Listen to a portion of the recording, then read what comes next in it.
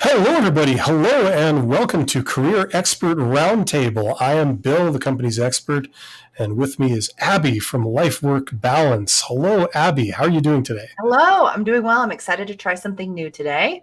We're going to be talking about some of these more current events topics. And if you have any current event topics that have come up for you or that you're aware of that you would like our insight or maybe advice on, put it in the chat. But we've got a couple of things already prepared so that we can share our insights with you today.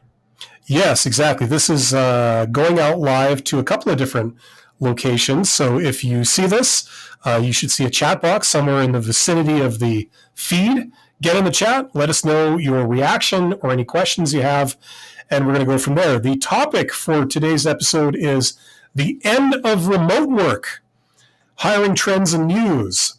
So let's jump into that. This was precipitated by an announcement, as I understand, from Amazon like a little while ago, but it's creating some ripples throughout the world of work. And before I launch with any articles, Abby, what's your 2 cents on this? Yes. So Amazon recently announced that they were going to have a mandatory return to work occur, which means that people would be going from remote back to in-person. Now, I'm think that there's probably still some wiggle room with hybrid opportunities and things like that, but they're going to reduce the amount of like truly remote workers and ask them to come into the office. And so my gut reaction to this, my instinctual reaction was, holy cow, what are they doing? It is kind of one of those things that I think organizations probably see more efficiency and effectiveness when it comes to in-office work versus remote work. At the same time, when it comes to your employee well-being and happiness and people's, dedication to a company, I think taking away remote work can really impact an organization's effectiveness overall. How about you, Bill? And this is mainly for knowledge workers, right? I mean, that's the only real class of employees this would affect, right? I don't think there's any other types of workers that this would be applicable, right? Is that your understanding, Abby? Yes. Okay. And this started like during COVID, right? This was basically, one of the measures taken to try and mitigate COVID, where a lot of jobs, they transitioned to being remote jobs. So instead of working at the office at your computer and your phone, you just did the same thing from home. And I remember thinking, there's a lot of knowledge workers, there's a lot of jobs that could be remote work. I remember thinking this like 10 years ago, but for some reason, they don't allow that. And the conclusion I came to was because managers just don't trust employees that they're going to be working, and they want to keep tabs on them. And that's why they force everyone to commute and come in just so that you can work at a computer and a phone, under the manager's thumb, basically, right? That's, so they can observe what you're doing. Yeah. So they reluctantly went to it. And, I think everybody was hoping that this would create a more permanent change where everybody would realize that, okay, you can have your employees working remotely. It's okay. They don't have to be, right within visual range of the boss at all times to ensure that they're actually doing their job. But it's kind of unfortunate that we seem to be going back. And as far as I'm concerned, we're going backwards, to, no, you must commute, even when it doesn't make any technical sense for you to do so. Yes. And there are certainly jobs out there where remote work does not make sense. When you look at first responders, if I were to have a paramedic need to come to my home to assist with the medical emergency, it would not make any sense if they were working remote because they wouldn't be able to assess the situation, drive me to the emergency room, things like that. Health workers sometimes, if we've got doctors and nurses and people who are working in hospitals, it doesn't make sense for those types of essential workers to be remote. I also think that it could be a great opportunity to maybe give them some remote time to work on, notes and paperwork and things like that. So there are certainly jobs that do not make sense when it comes to remote work. I don't know every, job aspect when it comes to Amazon. And it seems like, based off of my limited knowledge of what different types of jobs they have at this type of organization, that probably a high percentage of them could have some remote aspect. Oh, definitely. I mean, the fact that they've made an announcement that says it goes across the board, every department, every type of job at every level, That to me, that signals the fact that it's not a matter of the criteria that doesn't take into account the nature of the individual jobs. It's a matter of policy. They want all their employees in, regardless of what you do, as a matter of policy. And the only valid thing that I could come up with on that would make sense on why they would do this, what the reasoning was, is if you had issues between some employees that were like doing the same job, yet some could work remotely, yet others couldn't or chose not to. It would create a new type of distinction that hasn't existed before, and they might have some issues with that. And they can't use the excuse of, well, it's emergency measures anymore. It just that doesn't fly. So I would vote for the trust factor. It's like they just want people in. They don't trust the people are going to be putting in a full day when you can't see them. And so that's what I would say. Who wants to work for an organization that doesn't trust you? Like when it comes to overall employee engagement and happiness in the workplace, there's this like mutual agreement between the employees and the organization that I'm going to trust you to do your job from an employer perspective. And the employees are going to say, I'm going to trust you to assign me the, appropriate types of work. I'm going to trust that you're going to pay me livable wages and cover things like this. So there's like this mutual agreement that occurs that's maybe unsaid between organizations and the employees. But when that trust starts to falter in either direction, that's where these sorts of things start to happen. So I'm sure there have been some people who have taken advantage of the remote work policies, and maybe that's kind of what has initiated this type of change and pull back into the office. Yeah, there's no way to monitor, there's no way to enforce. It's just that simple. At the end of the day, when people aren't physically there, you could go through all kinds of elaborate technical solutions. You could do it, but at the end of the day, I think it would be more trouble to administer those than it would be to just have someone physically, like just outside your office, so you could talk to them or you could see what they're doing, right? Right. Appearances are important, and it exposes the reality that managers don't really know the capacity of work for a lot of their employees, especially knowledge workers. If you have an employee that's producing 145 work orders a day, and they come to you saying, well, I'm really maxed out here. You really don't know if that's true or that's an exaggeration. And I've been on the other side of that, so I kind of know some of the challenges there. And I've also had that been taken advantage of with that kind of stuff. So the only way is to sort of see people. It's silly, but it's true. I'm going to bring up an article. We've got some activity happening in the chat, and that's great. And we're going to go to that in a second. But I just want to bring up an article that I do have that's on this topic. Okay, very short. Let's see if I can get this to work here. Okay, I'm just going to read this. It's from LinkedIn, obviously. So it's one paragraph. It says, when RTO, return to the office, isn't actually mandatory. More than 4 years out from pandemic lockdowns, about 80% of companies have returned to office policies. But only 17% of those actually have some kind of enforcement. According to a report by the commercial real estate company CBRE, whoever they are, employers are using carrots as well as sticks to try to increase office attendance as tensions persist with employees who've grown accustomed to working from home. More than 1/3 of workers say they go in only 1 or 2 days a week, while a vast majority of employers are not satisfied with that in-office presence. So yeah, that's kind of the thing. It's going to be very hard, in my opinion, to get this back, because once the cat's out of the bag, like employees are now treating this. You can tell me more precisely, Abby, but my impression is employees are regarding remote work as much more of a standard thing and a standard expectation now. So trying to tell them that, no, we don't offer that, you're going to be at a considerable disadvantage trying to attract talent when you're having that policy in place. Absolutely. And there are people out there who would much prefer the in-office work, just based on personality style and, age and stage and all of those different things that can come into factors when it comes to who you are as an individual. And creating this like blanket requirement starts to alienate someone. So for sure, there are people out there who want to work in office, and research has started to show that younger generations, particularly the Generation Z generation is looking for flexibility. And I would say a lot of the other generations in the workplace also value flexibility, but in particular, Gen Z, which is soon to be one of the primary generations in the workplace, see that as like one of the number one values. And if there is no flexibility, if there is not an option for remote work, then that's when they start to say, no, thanks, I'm going to look elsewhere.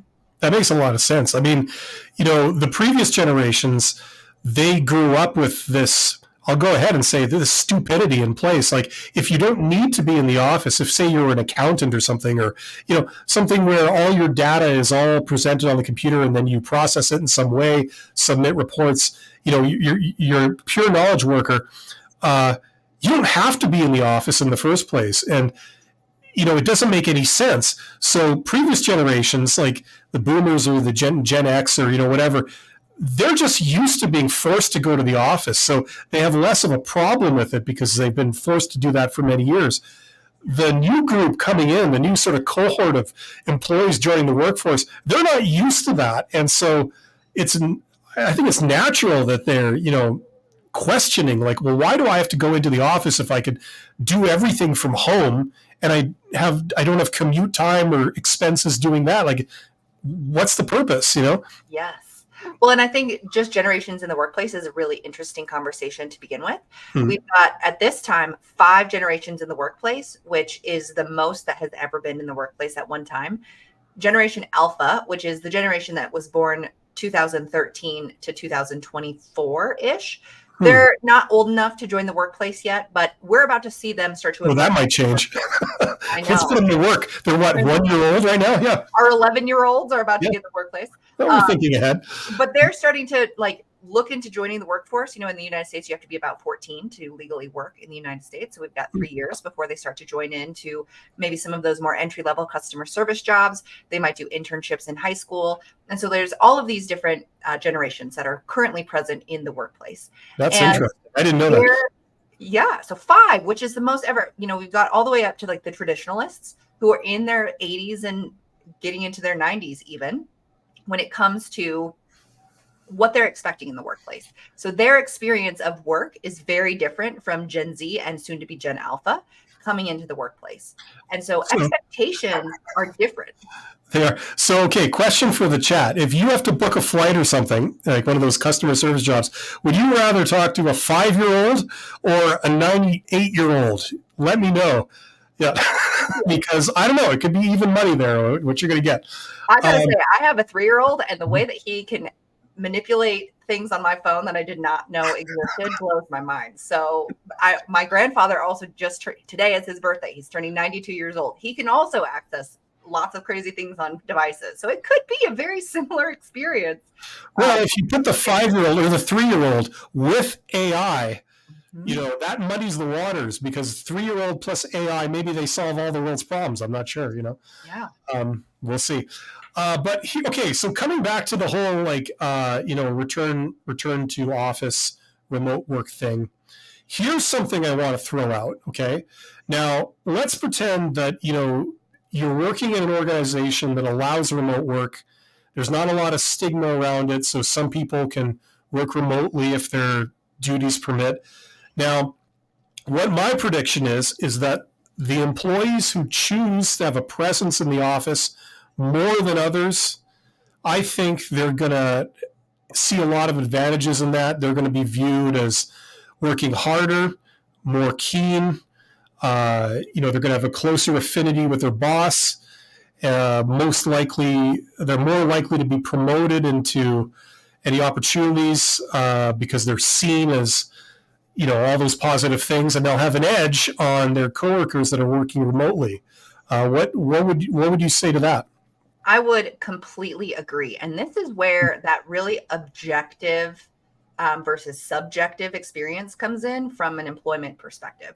So we ideally have no bias. We treat people equally, or not equally, but equitably. We interact with each person without having these kind of subconscious things driving our behavior with them. But that's not the way the world works. So there will likely be perceptions connected to the people who choose to come into the office versus people who choose to be remote, and people who choose to be hybrid. And I think you've hit the nail on the head when it comes to how these perceptions will impact the workers who choose in-office versus remote work when there's an option.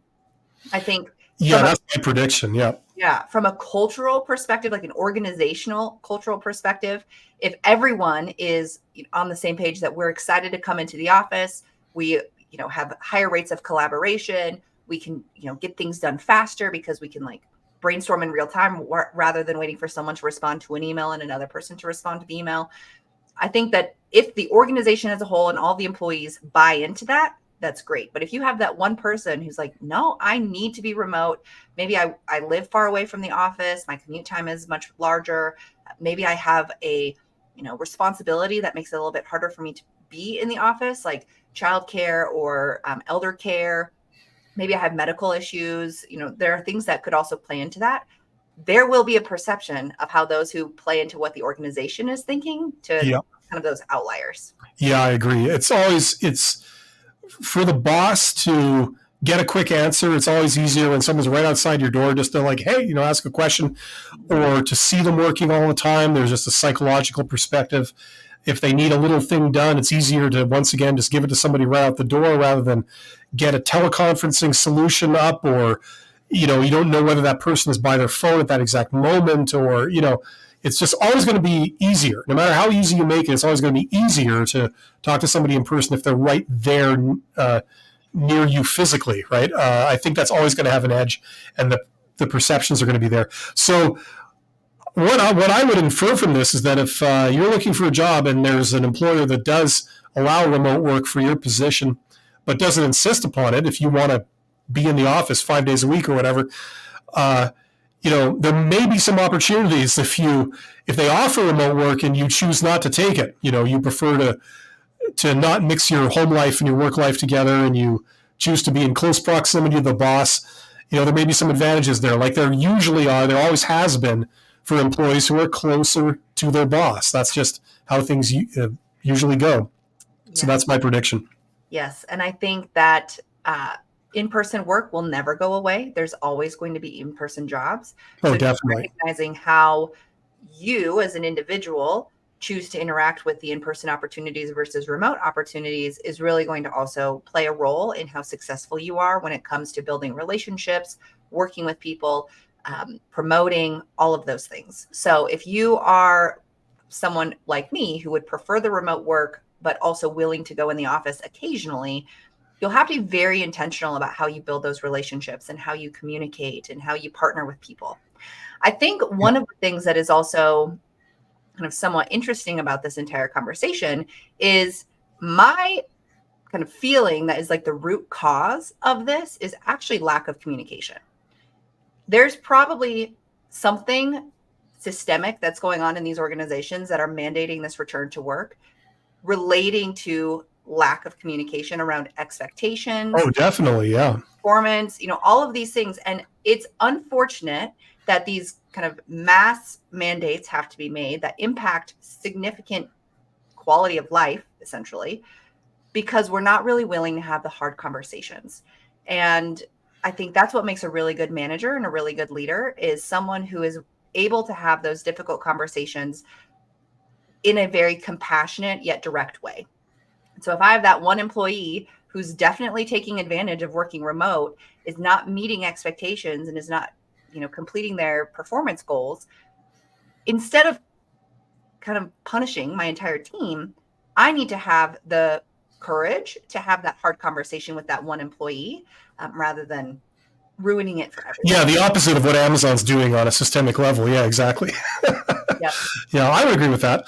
And I also think that when it comes to remote work, having some flexibility is okay. So if I have like a mandatory return to office policy and we've got data based off of our specific organization regarding outcomes and goals and all of those things, having some flexibility too is okay. Even though we might be all in the office, maybe we still have one day where we're working remote or where we don't actually have set start times and end times, where people can, as long as they come into the office and they're involved in some of these meetings, like sometimes, then there are also times when they might be able to work remotely.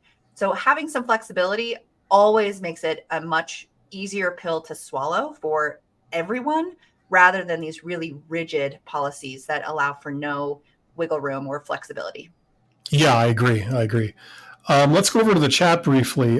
So Parag is here. Welcome to Parag.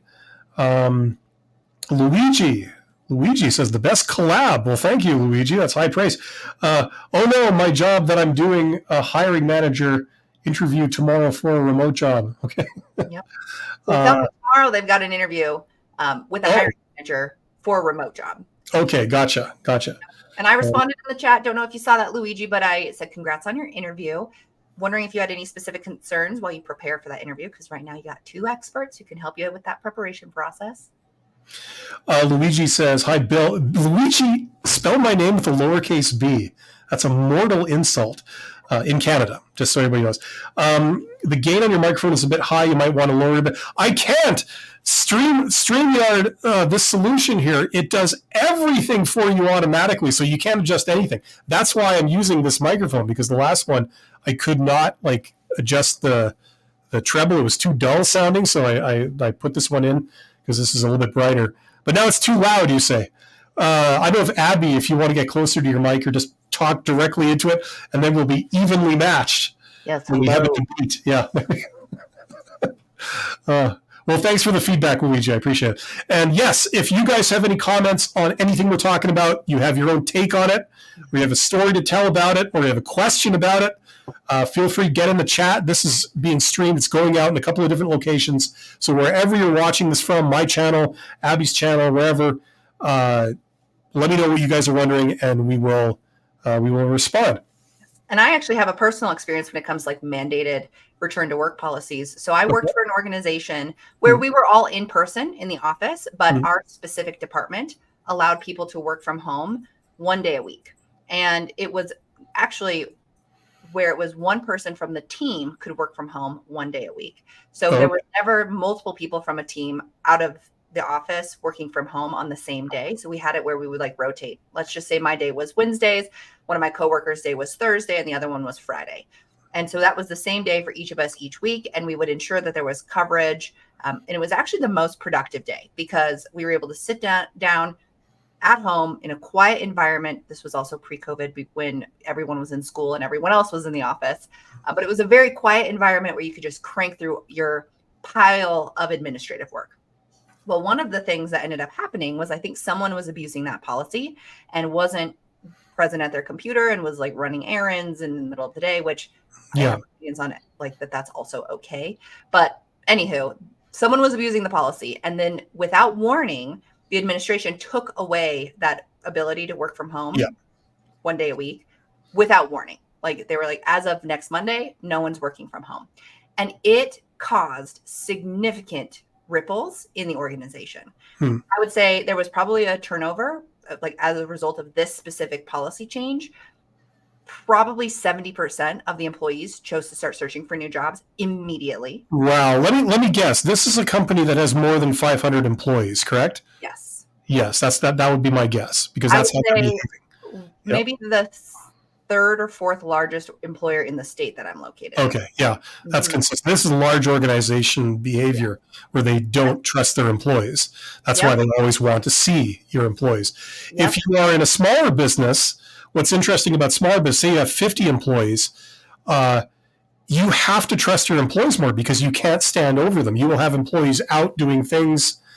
Some of them might stay in a building or whatever where you can maybe supervise them. You can visually see them. They're in an office or they're in a workshop or something, but you will invariably have salespeople or whatever out doing stuff remotely, and you can't supervise those employees.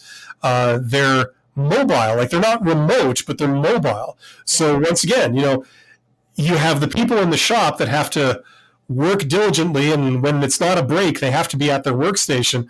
Whereas you have somebody driving a truck somewhere with their smartphone and they're in contact, but then they make a stop at the bank and stop to get a couple of groceries and this kind of stuff during work hours, right? And there's no way to verify that. You can't stand over them. So the culture usually adapts to, you just have to trust these people, and whereas large organizations, they don't. So that's why they would adopt a solution like the one you just described for it. Yeah. Well, But and I think yeah, that, I can. Sorry to interrupt. I was saying I could see you like with it 1 day a week or something to work at home. That's the day that you can get on with stuff without constant interruptions or the phone ringing or something, and then you can just focus on these manual tasks or something. yeah, It sounds like really useful. It helps you plan. and it was a very like high administrative load job. Mm. And so if you didn't have this one day to really focus for 8 hours on catching up on emails, finishing reports and paperwork and things like that, it just would continue to build and build and build. And then you were constantly behind. And I think many of the people who were in our department specifically were high performers and high achievers and like wanted to tick things off their to-do list and didn't like, holding stuff over from one week to the next. And so it was it caused a revolt ultimately within the department where, like I said, 70% of people immediately started looking for new jobs. Yeah, and this could be an effect of Amazon and other organizations, their efforts to rein in the remote work, because I think if I had to predict, I'd say a lot of employees are going to react in a very similar way. They're not going to be interested. They will require a compensation premium to require them to work in office all the time. Yeah. I think it's a shift in expectations from the workforce. Yep. And while some people may not be able to get away with that, other talented, in-demand employees will be able to. And I think it's going to be really interesting seeing how this is going to play out. Yes. Well, and there was an interesting comment that came through the chat from Oceania, I believe. And they said that if you only want remote work, should it be on your resume on Indeed? And I think I don't use Indeed for applying, but there might be a application, like a general application where you can click that you're only interested in remote work. I think you can certainly do that. When it comes to creating your document that you have indicating that you're only open to remote work, I think could harm you because I think it could show lack of flexibility and all of those things. I would recommend that if you are interested in remote only work, that those are the only jobs that you apply to. And then it's kind of that unsaid expectation that it's going to be remote only. So I don't think you should explicitly say that you're only open to remote work on your Microsoft Word document or Google Docs resume. But if there's an option on the Indeed resume to check a box that says you're looking for remote only, that might be more on the recruiter perspective where they're looking for people who are remote only. Yeah, I agree.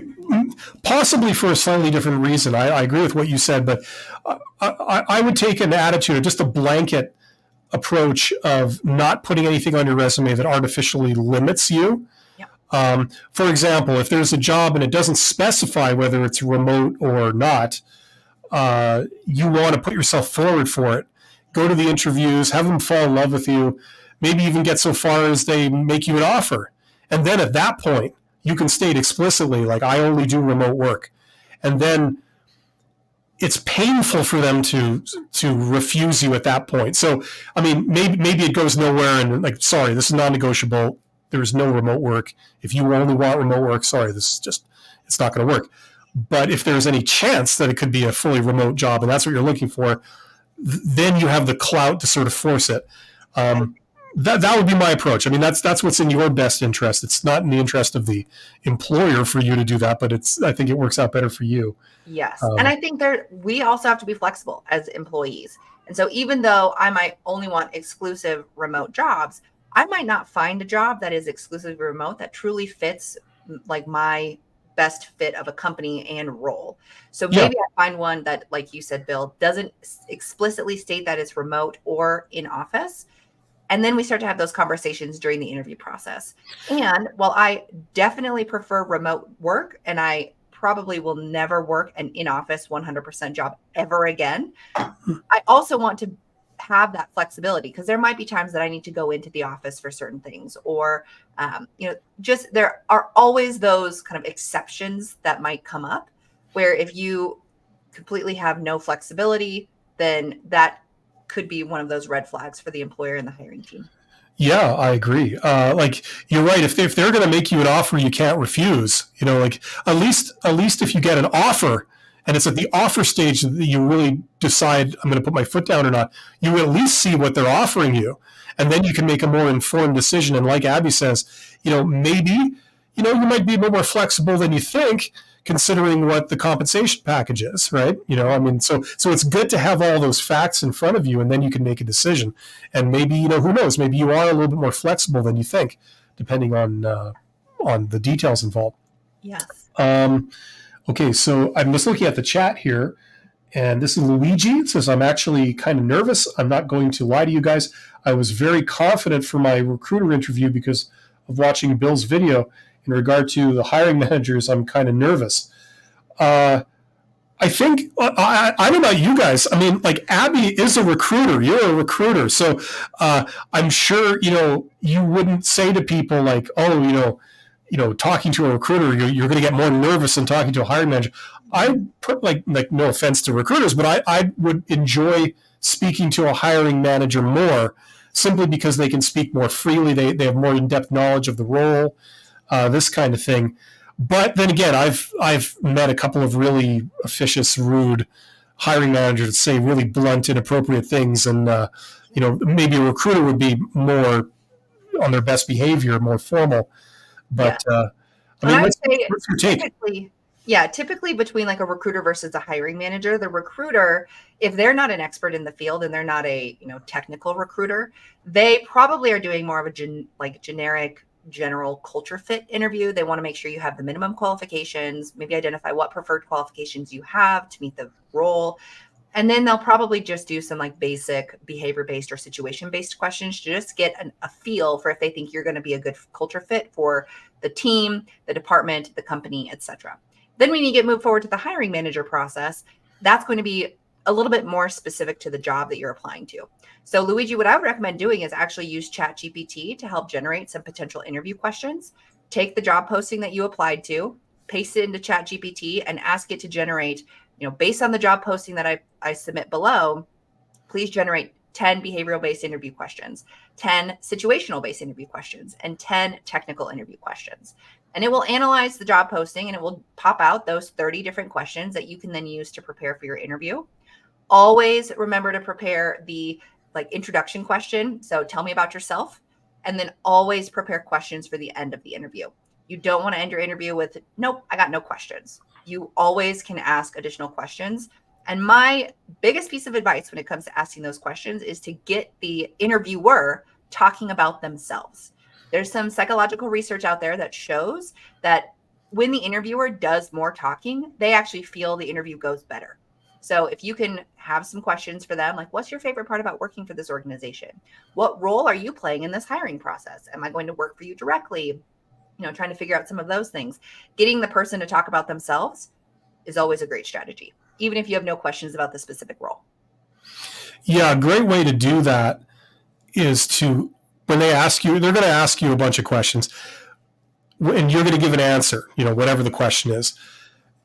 When you're answering, you have the opportunity to tack on a question back to them at the end.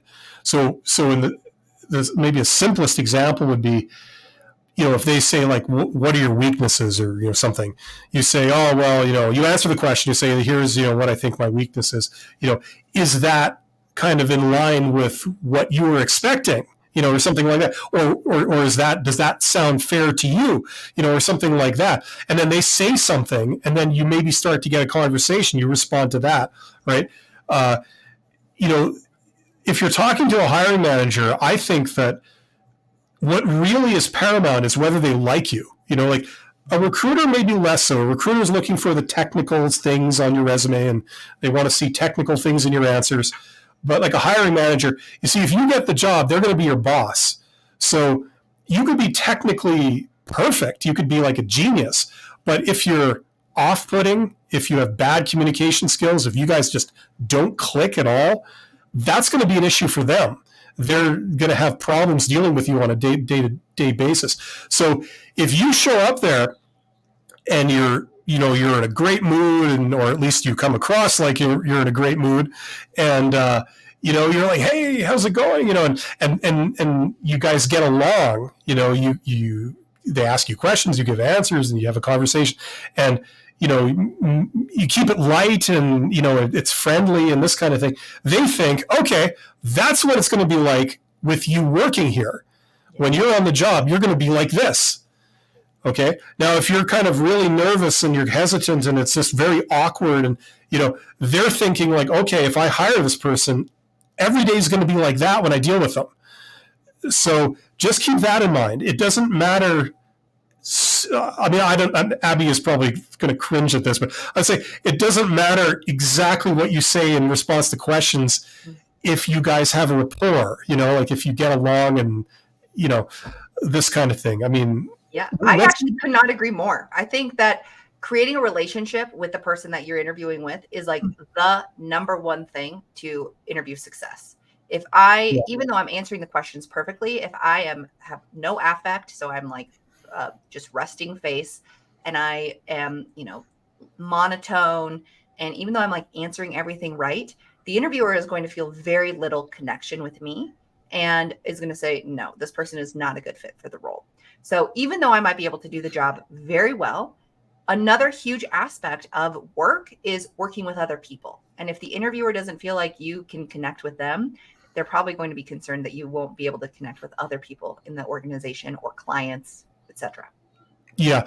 Now, I know I agree with Abby. A way of thinking about it is, I know this is a very tall order for some people, but what I would say is you go in there, you do this job interview, or like this is a video interview you're saying, I think, right? Yeah, Luigi is doing a video interview. So you talk to these people.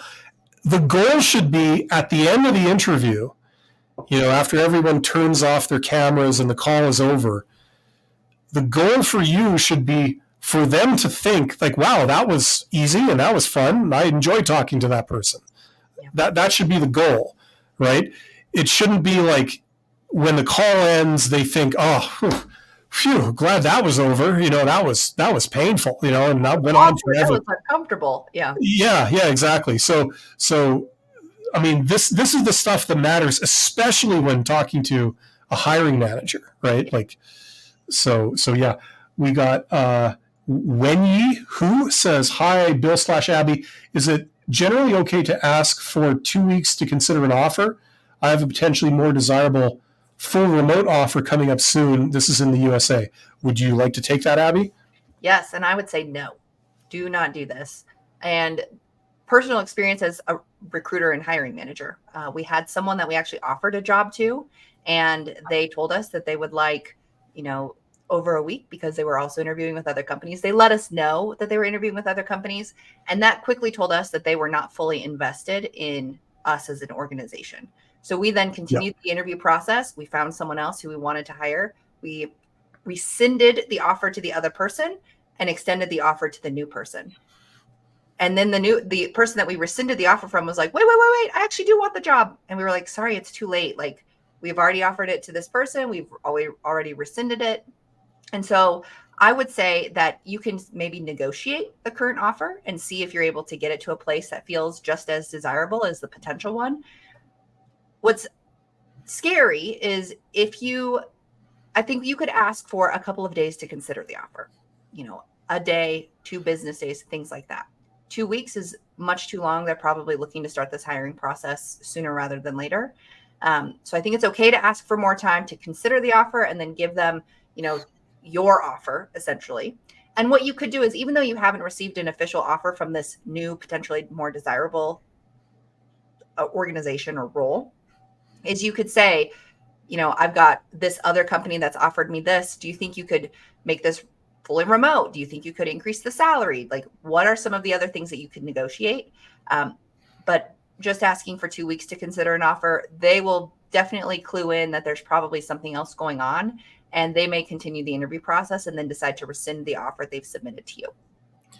Yeah, I agree. That's too long. I would say 2 days or 2 business days or 2 days would be the limit to consider an offer. Like, unless you're talking executive level, maybe 4 days, but, like, that's anything more signals that you're not interested or there's some issue. Yep. And that's the kiss of death. If, because when they give an offer to somebody, and I mean, Abby would know this, you do this, when you give an offer to someone, you want to feel like that person feels like this offer is the most important thing for them. There's nothing else that they would rather do. It's not like there's other competing things. So anything less than like total enthusiasm and agreement is going to be a real red flag. Yes. Yeah. They want someone to be as excited about working for them as they are about hiring them. Yeah. So it's got to be this like mutual, enthusiastic kind of experience. And when it comes to like the desirability of the offer that they've currently sent to you, that might just be the decision maker for you. The kind of risk that you run is that this potentially more desirable offer coming up soon is exactly that. It's potential. So it might not even come through. They might decide to move forward with someone else, and then you're potentially out of 2 jobs. So I'm not saying you should take this one that's already been offered to you, but I think you should definitely enter the negotiation process and see if they're willing to be a little bit more flexible, or what they're willing to offer that could match this potentially more desirable position. It should be like the Care Bears, like Cheer Bear, like explosion of rainbows and hearts, and like that's what they're expecting. Anything less than that, and there's issues. So here's what I'm saying, because you have a dilemma. You've stated like you think there's another offer coming. If I were in your position, like not knowing any of the details of this, I would take this offer. I would say yes, and agree to like assuming what they're giving you is competitive, it's kind of in line with what you're wanting. I would agree to it. Or if it's kind of not that great, you're really not enthusiastic about it, maybe you could try and negotiate and say like, okay, I'll tell you what, make it a remote job, or make like 2 days a week remote. You got a deal, something like that. And I'd just take it. I would start it. And then if this second job materializes, if you do get an offer in a couple of weeks, you see what the offer is, you decide which one of these you'd rather do. And then you have the option of telling the first job, sorry, I can't accept the offer after all, so goodbye. And then you accept the second offer. You know what I mean? Like you keep your options open, and first come, first serve. So don't decline an offer if you think one might be coming. Like, was it, one the bird in the hand is worth 2 in the bush, right? Yeah. That's what I would do. You got to look out for yourself, okay? But what Abby said is absolutely true. Like, anything less than 100% enthusiasm, they will not like at all, and they will, most likely cause them to rescind the offer. And I think that's a really important point, is that I think at any organization that would be listening to this would be cringing and saying, no, never do that. Like, we don't want someone to, but this could happen to you at any time. Most states in the United States are considered like a right to work state, or at will employment.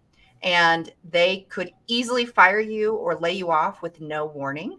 And so while I'm not saying that for every single job, you should always just accept the first one and then immediately drop them when another better offer comes through, like that's not what I think is being said, but you need to look out for you. And so you have this potential offer that may be better than your current situation. And you have, and when I say potential offer, current offer, and then you even have this like better, more desirable offer that could happen. And so companies, while they won't love it when you say, you know what, I've thought about it, or I had a different offer come in and they were able to offer me X, Y, and Z. So I've decided to, rescind my acceptance of your offer. They will be disappointed, but it's not going to be the end of the world for them. Yeah, you got to look out for number one, like Abby says. There's a song from my hometown in Canada called "Look Out for Number One." I think it was Randy the Guess Who. I don't know if anybody's heard of the Guess Who anymore. They're a rock band from Winnipeg, Canada, where I am. It's like the 400-pound guy, like with a beard, like singing this song, but did not look like Santa. He had a guitar in his hand. Anyway, you got to look out for yourself. Look out for what's best for you. So take whatever offer comes your way, and then if you have to turn around and say no, oh well. You know what I mean? That's just how it goes. And they might do that to you. They might offer you something, but it might be a contingent offer based off of reference checks and backgrounds. And you think you've got the job, but until you start on day one, it's not officially your job. Twist. Yeah, exactly. You think you got the job. And then they pull a fast one. David Tran says, I got ghosted by a company in which they asked when I could start. And this chat is hard to read. When I could start and to stay tuned for next steps. Thoughts on this? Yeah, so it sounds like the organization offered, or basically said that they asked when this person could start and to stay tuned for next steps. They'd be in touch, and then didn't follow up on that. So in this case, my question is, did you follow up? I think that in most organizations, or when it comes to like interacting with recruiters, 3 times, if you follow up 3 times and you get no response or anything like that, then it's kind of your signal that they're no longer interested and you move on. And so I recommend following up. If they say stay tuned for next steps, I'd then respond to that email and say, great, when do you think I can expect your next steps? They might tell me a couple of business days. Once a couple of business days go past, then I might send another follow-up email. Hey, you said to keep an eye out, stay tuned for next steps. I haven't seen that come across my computer yet. Would you mind, giving me an update on what the process looks like? And then if there's no response to that, I would send one final email, so that third one, and say, hey, I just wanted to follow up on this. I'm really excited about this potential opportunity. Wanted to check in, see if you have any updates for me on the next steps. Leave it at that. If they don't respond to that, then I think you've officially been ghosted and you move on. They may come out of the woodwork suddenly and say, hey, here's those next steps. And you've already moved on. And that's actually, again, looking out for number one, what I would recommend doing. Yeah, I agree. Every part of this process, you got to look out for yourself. And ghosting is just another example of that. So if they want to talk to you and they contact you, great. If they drop off the face of the planet, oh well, you're moving onward with other opportunities at any given time. And David followed up in the chat, said they followed up last week via email. They said they were going to regroup with the hiring manager last Monday and then met with them already. So what I would recommend doing is sending another follow-up, since it's been allegedly a week since they said they were going to meet with the hiring manager, and mention that. Hi, I just wanted to follow up. You mentioned that you would be meeting with the hiring manager last Monday. It's been a full business week, and I just wanted to check in to see if there's any progress on this job or on the hiring process, and see where they go from there. I've just discovered I can do this, so I'm going to do this. So Luigi says, thank you, I appreciate the advice. Does a hiring manager normally ask the behavioral questions, or should I assume they will? Yeah, they do. I mean, everyone does. Recruiter does, hiring manager does. They may, but it's not necessarily. It depends. It depends on the individual. We see hiring managers, they're not trained in HR necessarily, so they may choose to behave like a recruiter and ask the same type of things, or they might just be a dude or a gal, that just wants to have a conversation with you, and they might ask you crazy off the wall stuff, or not, or conform to this stuff. So there's really no rules when hiring managers are concerned. And I would say it's a best practice of interviewing to ask behavior-based questions, because past behavior or past performance kind of gives you insight into future behavior and future performance. And that there's also no like right or wrong answer. And so I would say the majority of interview questions in an interview will be behavior-based. There might be some technical-based questions where they ask you like about a specific software or how you might solve this specific program. But in most cases, they're going to be behavior-based questions. So I would definitely prepare for those behavior-based questions. There may also be some technical questions that could come up related to the specific job that you're applying to, but always have, like 5 to 10 core stories prepared that give insight into how you handle situations and how you've handled them in the past. Yeah, it makes sense. Let's see here. We got another one here. I'm a fresher. I have all the technical skills, but I'm struggling or even getting my first offer. Can you please give me some advice? If you're a fresher, you're probably up against the chicken and the egg problem, the catch-22 of no one will hire you without experience, but how can you get experience if no one will hire you, right? And something I've advocated for, the way to break that vicious cycle is networking. If 1,000 people apply for a job, but you're the only one that showed up in person, or you're the only one that reached out to someone in the organization, and did an information interview or something like that, or asked for a tour, this kind of thing, you have an advantage over every other candidate that applied. And that is that they know what you look like. They know what you're like in person. They know, like, presumably, how great your communication skills are, your enthusiasm for the role, how easy you are to talk to, how passionate you are for that type of work.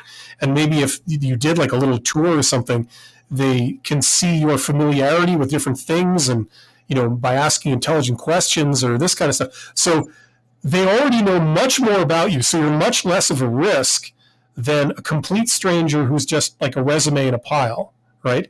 So if you had to hire one of these 1,000 people who would you hire? It would probably be the person who showed up and you've already met and you've already seen, wow, they're professional and they're easy to deal with. That can be the tiebreaker, right? So Yes. that's one way of doing it.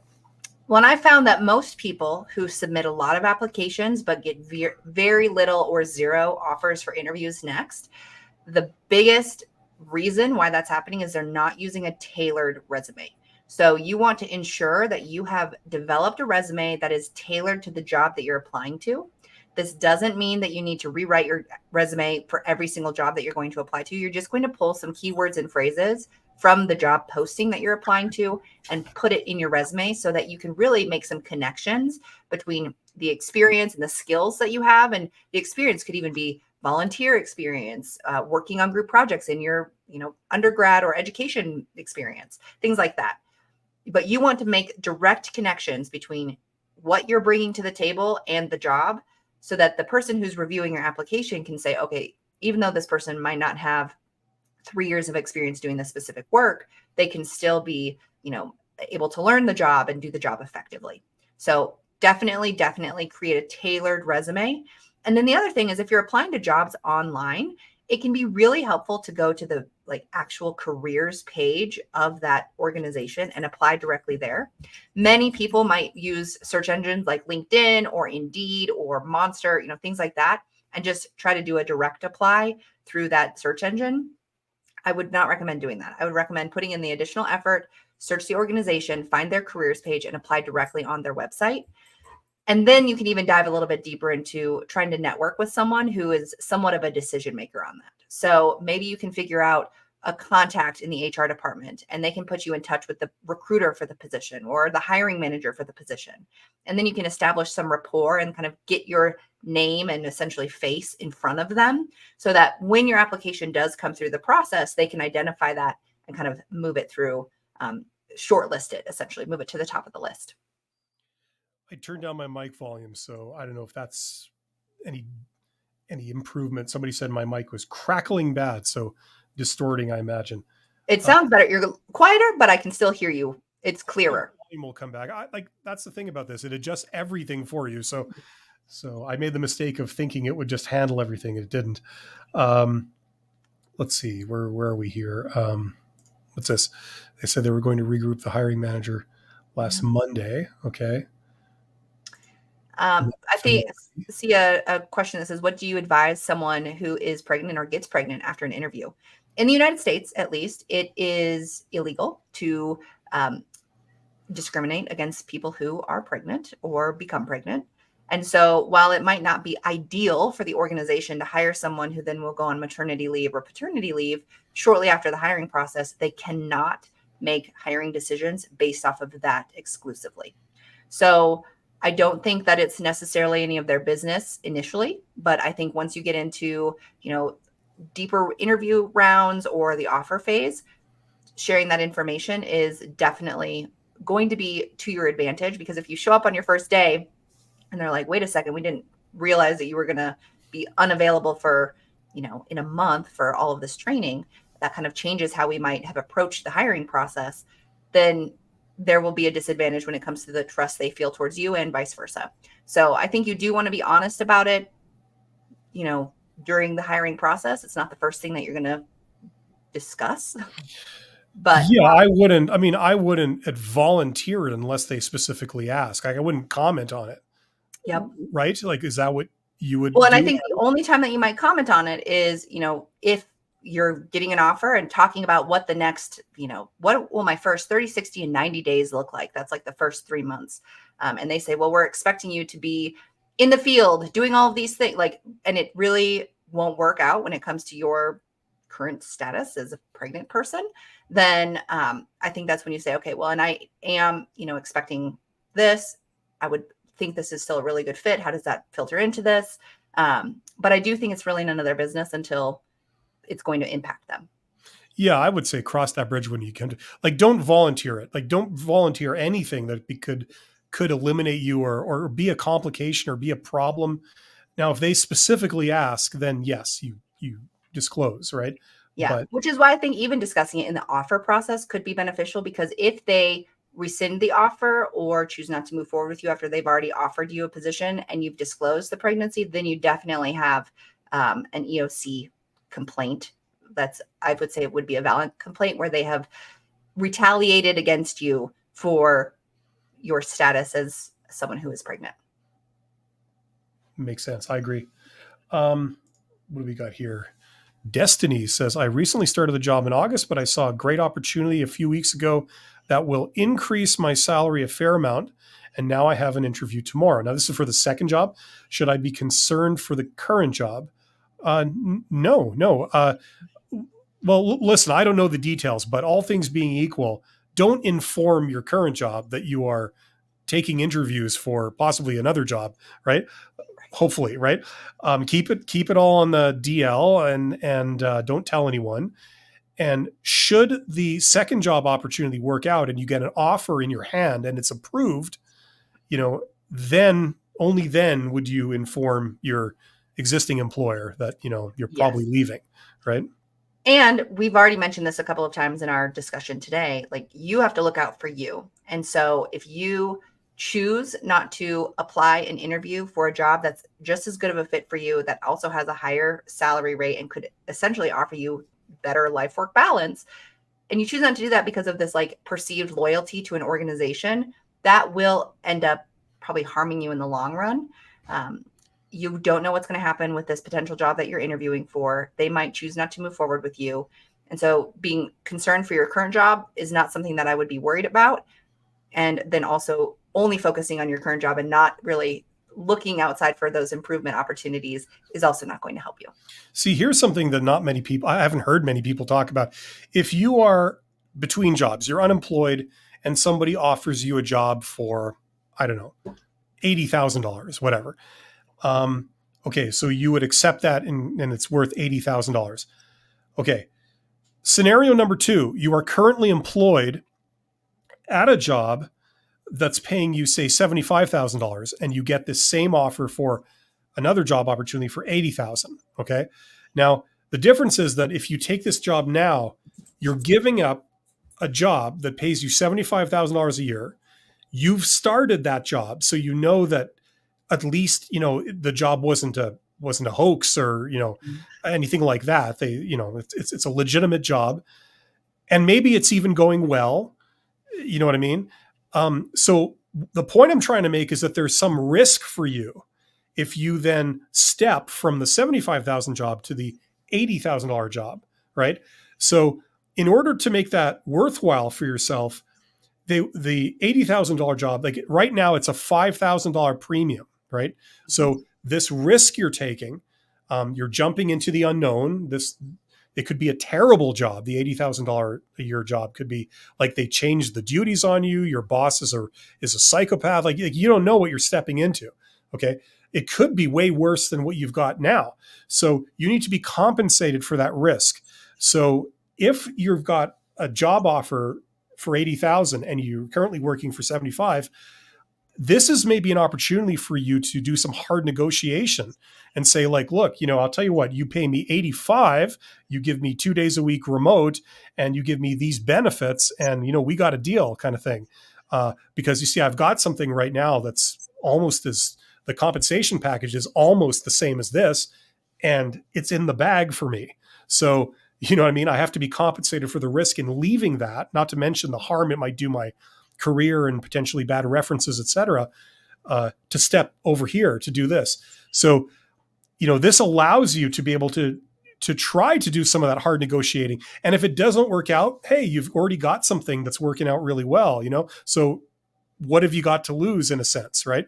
So remember, you don't just have to accept it at face value. So that's the other aspect here. Well, and I think even that brings up the point of negotiating with your current employer. Even though you have accepted an offer and you're employed at a current rate, the price, like the actual cost of replacing you through a whole new recruitment and job search process is about 3 times the salary that you're making. And so it's not really worth it for them to just let you go. So if you like the current job and if you could see yourself being happy there and the salary increase seems reasonable for, the job that you're currently interviewing for versus the job that you're currently in, if you get the offer from the new job, you could even use that to kind of reverse negotiate at your current position. Say, I've really been enjoying this job. I think that I love the tasks. I love the work. I love the people, all the enthusiastic things and positive things you can say. And I've, kept some options open, and I've received a job offer that is going to offer me this. I would love to stay here. Do you think that we could actually adjust the agreement that we have to match this other offer? Or, I got can you this do offer. better?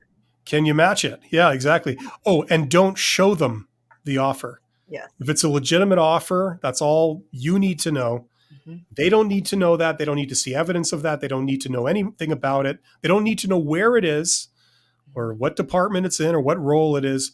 You just tell them, this is what I got. Can you match it? Now, if they don't believe you or they say no, then you jump. Yep. Right? If they're willing to match it, like Abby says, it may make sense for them to just say, okay, we will. Now, it may not be possible if you're at the maximum, range within your pay grade or, whatever. It may not be possible if you would be getting paid more than your boss or, something, right? It may not always be possible, but at least you're pushing for it. Right.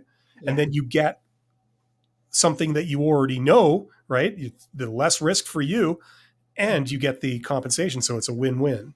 And there's always going to be risk with change. So that's the one thing that we have to accept as humans, is that this change, there's just risks associated with it. And so I think there's also this inherent sense of fear that comes from being fully transparent with people. So I'm scared that I could lose my job if I tell them that I'm looking for other jobs or that I've got an offer. At the same time, if I end up getting fired or let go because I let them know that I had this other offer come through, that might actually be better for me in the long term, because it's showing me that they don't truly appreciate the work that I'm doing and I'm not super valuable for them. And so there are some things that could happen that are actually better for you in the long run. And so kind of living and making choices and decisions based off of fear of what if is actually going to hold you back. So I think even though you started a job in August, if you feel like it's a great fit for you and they really like you and you've had a great relationship with your supervisor and your coworkers, this is maybe an opportunity to negotiate at your current role so that you can stay there and still get better benefits. Or if you think that it's an even better opportunity, that's a better culture fit and better, fit for you as just a person, higher rate of pay, better PTO policies, all of those things, then you can even use your current job to kind of leverage the offer that you might be getting from this new job. Yeah, exactly. It's about risk and return. Talk to a finance person about that. It's about managing your risk. When there's change, there's risk, right? Hug a finance person today. That's the theme.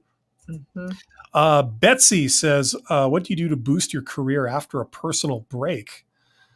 You want to take that one, Abby? Yeah, well, and I'm posting in the chat the link to our live stream from earlier this month where we talked with Amri about how to move into the job search process after you've been unemployed for a few months or you've taken just the choice to be unemployed for a while. And so when it comes to boost your career after a personal break, it really comes down to, I think, overcoming your kind of internal barriers that might hold you back from not being good enough. And so update your resume, start having conversations with people, use your network. The 6 degrees of separation is like a legit thing. So find people who know someone and just start practicing interviewing.